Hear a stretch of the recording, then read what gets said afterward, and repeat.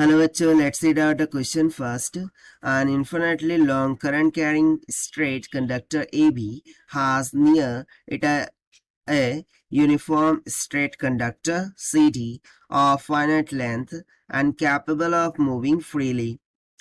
सो यहाँ पे बेसिकली आप डायग्राम में देख सकते हैं कि इन्फाइनाइट कंडक्टिंग वायर है दैट इज ए बी। इसको near to C D wire में रख दिया गया है। ए बी से करंट फ्लो कर रहा है I1, सी डी से करंट फ्लो कर रहा है I2। So initially the whole of the conductor C T lies on one side of AB and in a plane passing through AB, जैसा कि हमें यहाँ पर फिगर में गिवन है। So what will happen to the conductor CD?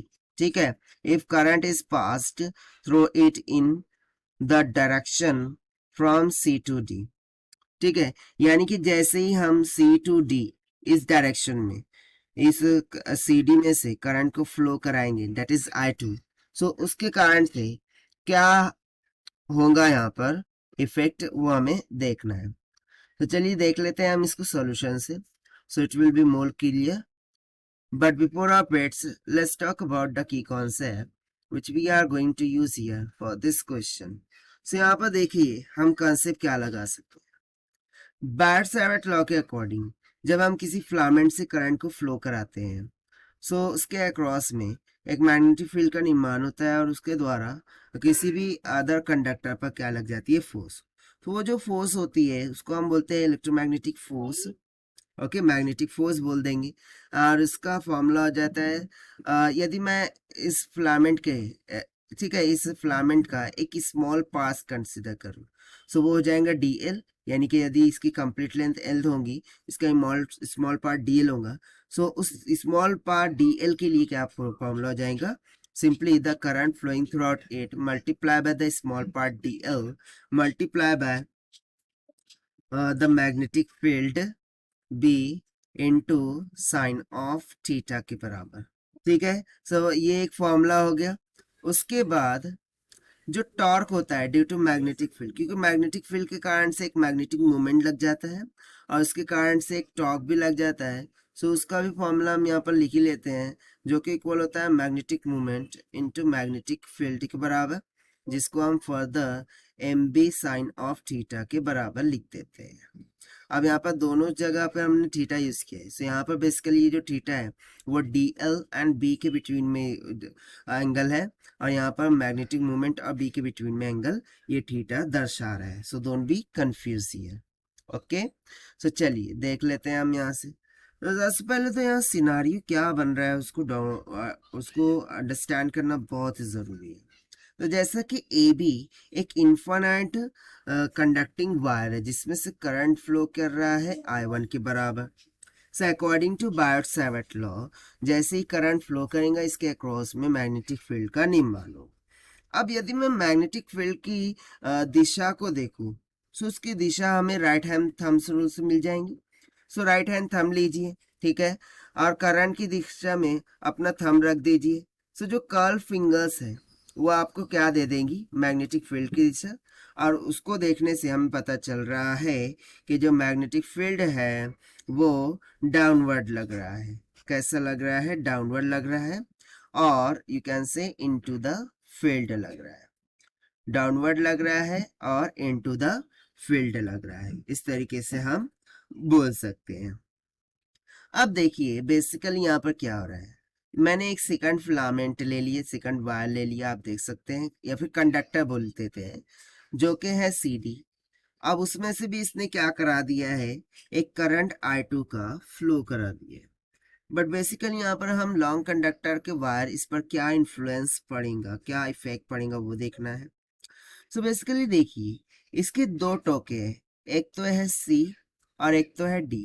दोनों का distance यहाँ पर डिफरेंट होगा from AB conductor wire, right, क्योंकि यहाँ से यहाँ तक का डिस्टेंस देखो, उसको मैं मान लूँ स्मॉल d, और यहाँ से तो यहाँ तक का डिस्टेंस देखो, यदि मैं उसको मान लूँ x के बराबर, सो ऑब्वियस सी बात है x is much greater than two d होगा।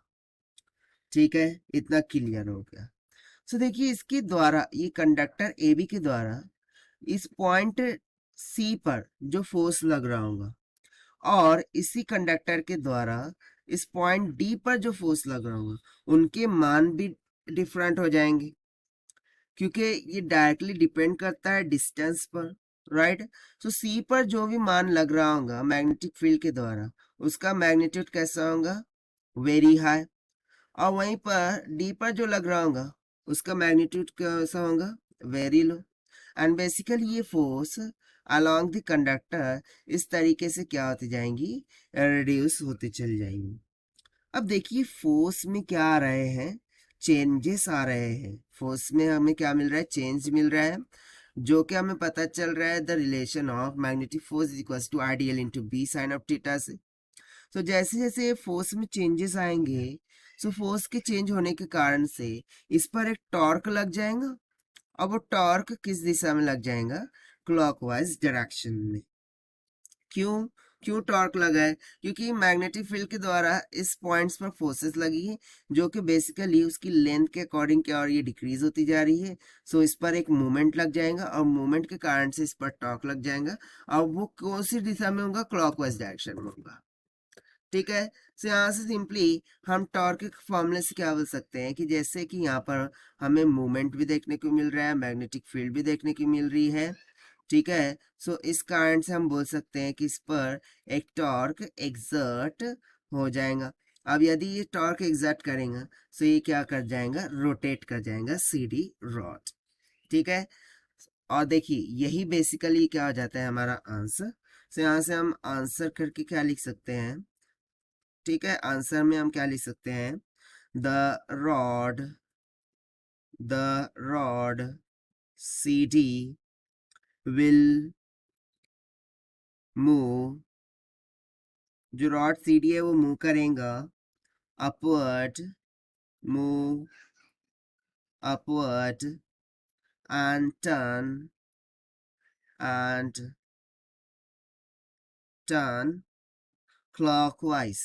It is very important कि वो clockwise रोटेट करेगा, clockwise टर्न करेगा, and turn clockwise at the same time, at the same time, उसी टाइम पर वो क्लॉकवाइज डायरेक्शन में टर्न कर जाएंगे, रोटेट ही करेंगे, टर्न कर जाएंगे, ठीक है। सो ये हो जाता है हमारा आंसर, जो कि हमने सॉल्व किया बाय यूजिंग द कंसेप्ट चुअल टॉर्क फॉर्मूले से and magnetic forces. So this is the required solution. I hope you understood well. Best of luck. Thank you.